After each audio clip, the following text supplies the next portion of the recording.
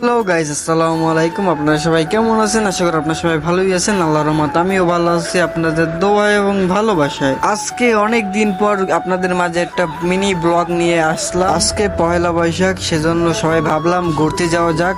চলে আসলাম সবাই মিলে ঘুরতে। এখন আছি নার্সারিতে। উত্তরা দিয়াবাড়ির উদ্দেশ্যে রওনা করে দিলাম আমরা সবাই। উত্তরা আসা আমার দুইবার, কিন্তু দিয়াবাড়ি আসা হয়েছে একবার। এইটা নিয়ে দুইবার হচ্ছে। ভিতরে কখনো ঢোকা হয়নি, সেজন্য সবাই ভাবলাম ভিতর ঢোকা যাক, দেখি ভিতরে কি অবস্থা। আপনাদের দোয়া এবং ভালোবাসায় আমরা ইউটিউবে প্রায় 5,000 সাবস্ক্রাইবারের কাছাকাছি। তো আপনারা সবাই লাইক এবং সাবস্ক্রাইব করে দেবেন প্লিজ।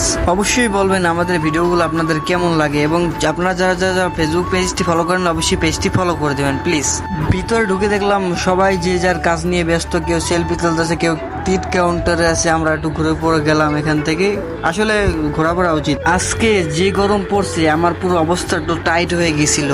এখান দিয়ে হাঁটতে হাঁটতে আমার মনে করো গলা শুকিয়ে গেছে, সেজন্য পানি খেয়ে নিলাম। আপনারা জাস্ট কাহিনীটা দেখেন, বিষয়টা বললাম না খুলে, আপনার কাহিনীটা দেখেন।